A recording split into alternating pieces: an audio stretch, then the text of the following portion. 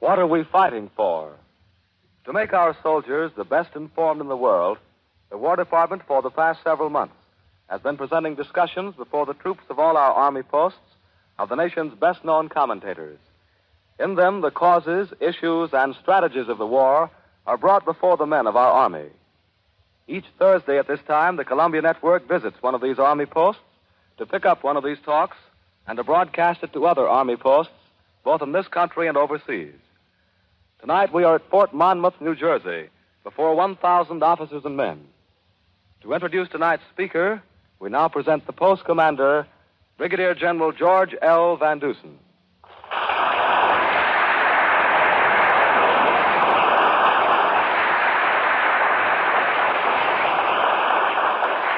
Officers and men of Fort Monmouth, and those listening by radio at other Army stations in the United States and overseas, today we are to hear an internationally famous writer and foreign correspondent who has spent much of his time in the countries of which he is about to speak, the countries of our allies. As special writer for Collier's magazine, his articles in the last 2 years have revealed not only the strategy of war in Britain, Russia, and Africa, but also the manner in which our allies have dared death that freedom might live. So it is most fitting that he should speak to us of our lives, your comrades in arms. It is my pleasure to welcome to Fort Monmouth Mr. Quentin Reynolds.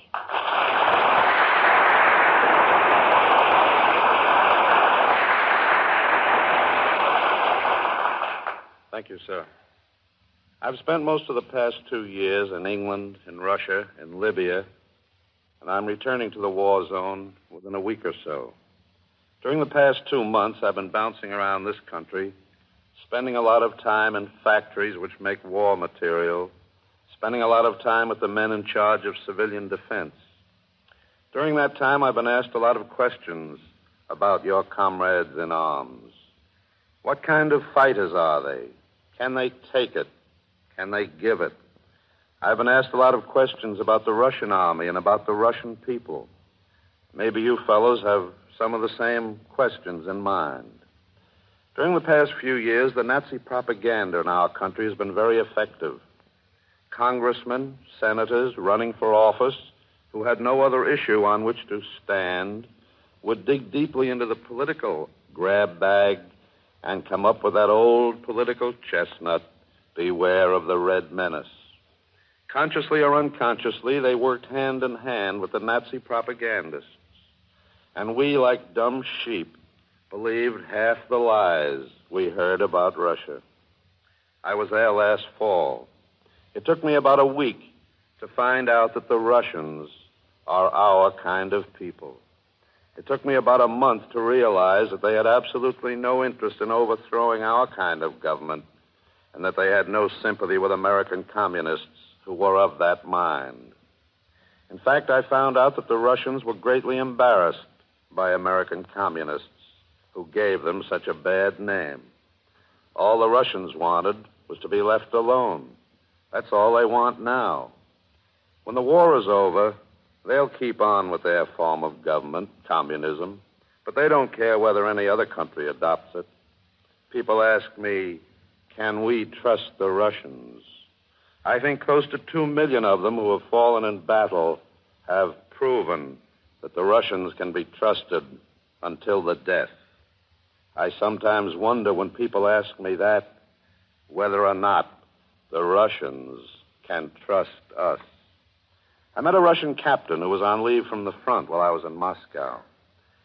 He talked English and we became very friendly. One night I was sitting with him and with an English correspondent. We had a few drinks of vodka, and as happens when you have a few drinks of vodka, you get to doing a lot of talking. We started making plans for after the war. What kind of a world would it be after we've licked the Germans and the Japs? The British correspondent and I had all sorts of plans. The Germans would have to be kept in check so we wouldn't have to go through all this mess again. But how to keep them in check? That was the question. Oh, we had plenty of ideas, none of them very good. Then our Russian captain said quietly, we in the Red Army have a plan. After we have chased the Germans out of our country, we'll keep right on and chase them back to Berlin. Then you British keep out of it for a month or so. You Americans keep out of it, too, for a little while. Just let us be the army of occupation for a month, and things will adjust themselves. Yes, we can trust the Russians all right. The Russians are filled with hatred for the Nazi army, which completely devastated the Ukraine and southern and central Russia. Hatred is a good, healthy emotion. Countries which don't hate tyranny enough have proven easy victims for Hitler. Belgium, Holland, Norway, France, they didn't hate fascism enough. The Russians do, and they're proving it. Remember, the Russians aren't fighting for communism. The Russians are fighting for Russia. Believe me, they're our kind of people. And sooner or later, when you get to the front with them, fighting at your side, you'll realize it. In a fight, a Russian is a good man to have along. In my tour around this country, a lot of people asked me about the British. I was amazed to find that a lot of people thought that the British weren't doing much fighting on their own, that they were letting the Canadians and South Africans, New Zealanders and Australians do it for them. I think that this sort of talk sprang from that master propagandist of the radio, Lord Haw-Haw. He's been harping on it for months, and a lot of our countrymen have believed him. I've seen the British fight. I saw the British civilians fight back in London, in Plymouth, in Coventry, in Southampton. I saw bombs destroy their homes, kill their children, wound and maim half the population of cities. But I never heard one Britisher say, let's quit. I've been with the British Navy running the gauntlet of the English or British Channel, slipping through the submarine-infested waters of the North Atlantic. I've been out on their trawlers, mine-sweeping, and I've been with them in the desert. Only 3 months ago, I was with a British regiment, the 1st Royal Sussex. It was just an ordinary line regiment. It had orders to capture a place called Sidi Omar, south of Tobruk. Sidi Omar was nothing but a 1-mile raised plateau in the desert, heavily held by Germans and Italians. To make things tougher, the Germans had surrounded the plateau with a minefield. You know, there are always gaps in a minefield through which tanks and men can pass safely, if you can find the gaps. For these tough men of the 1st Royal Sussex, most of them farmers or the sons of farmers, were in too much of a hurry to look for any gaps. They busted right through the barbed wire, they and their tanks.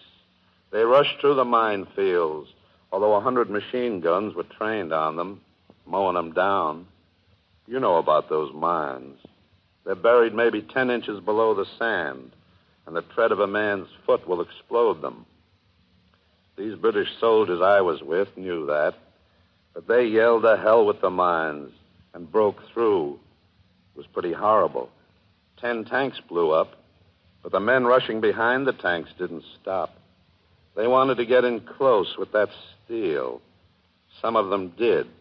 Hundreds didn't. But those crazy men who were so filled with the healthy emotion of hatred toward our common enemy kept on. And once they were in close, it was a beautiful sight. It was a beautiful sight if you hate Germans as I hate Germans. It was a beautiful sight to one who had been on the defensive for 2 years, taking it all the time, to see these British soldiers giving it. They didn't show much mercy. When the smoke cleared and we were in complete possession of the plateau, the Germans made a counterattack, a nasty one. They came with 24 tanks and with their dive bombers. They gave us plenty of hell for a while, but those British soldiers are bulldogs. They held on. For 3 days and 3 nights they gave it to us, and then reinforcements came and we were all right. I told the colonel in command that I'd been on lots of fronts, but never in my life had I seen men fight like this. It was the greatest exhibition of courage I'd ever seen. The British colonel smiled and said quietly, I saw men fight like that once before. It was at Chateau Thierry, and the men were United States Marines. Yes, the British are fighting and dying, but the British War Office is much like our War Department. They don't believe much in patting themselves on the back. They don't believe in making public heroes out of men who have no desire to be anything but good soldiers. So the world hasn't learned much about the way the men of Britain fight and die. Only a handful of us correspondents have been privileged to see them in action. They die very well. You can't give higher praise than that to soldiers. The Germans know how to fight, and they know, too, how the British fight. I've talked to lots of German prisoners. They're good soldiers, mind you. After all, they've been trained since birth in this business of murder. They're professionals at it. Their pilots are good, too. But they fear one thing, the British Spitfire. The Spitfire won the Battle of Britain, just as our Curtiss Wright P-40s are winning the Battle of the East. The Germans fear the Spitfires just as the Japs fear our pursuit ships. I went to a hospital in Kent one day to talk to some German prisoners who were there. There were 12 German airmen who'd bailed out over England and who were in this ward. A doctor came in and was horrified and angry to find that 11 of these 12 German airmen were covered with black and blue marks. And he turned to the nurse and said angrily, "What's the meaning of this? Have you allowed someone in here to beat these men up?" She said, "Oh, no, doctor, it isn't that at all." He said, "Why are they covered with black and blue marks, then?" She said, "Well, doctor, last night, that 12th German airman was delirious all night. And in his delirium, he kept crying out, 'Spitfire, Spitfire.' And every time he cried out, 'Spitfire,' the other 11 bailed out of bed." Don't sell our allies short. They're fighting men just as you are fighting men.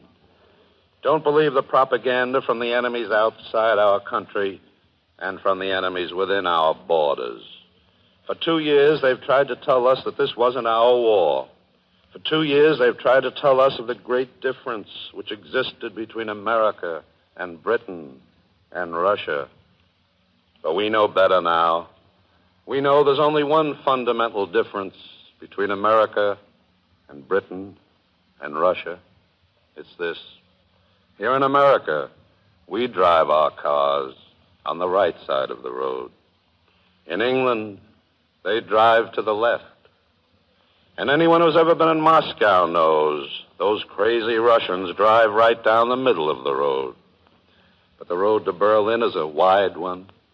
And there's room enough on it for all three of us. And America can take the right side of the road. And Britain can take the left of the road.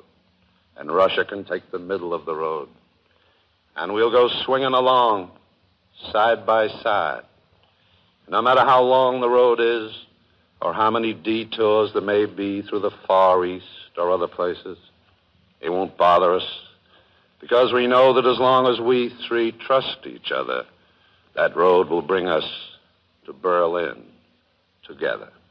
From Fort Monmouth, New Jersey, the War Department and the Columbia Network have broadcast the fourth in a series of talks to American soldiers here and abroad as part of a comprehensive program by the Army designed to keep our soldiers the best informed in the world. The speaker tonight on this series, titled "What Are We Fighting For?" was Quentin Reynolds, foreign correspondent and associate editor of Collier's Magazine. This is the Columbia Broadcasting System.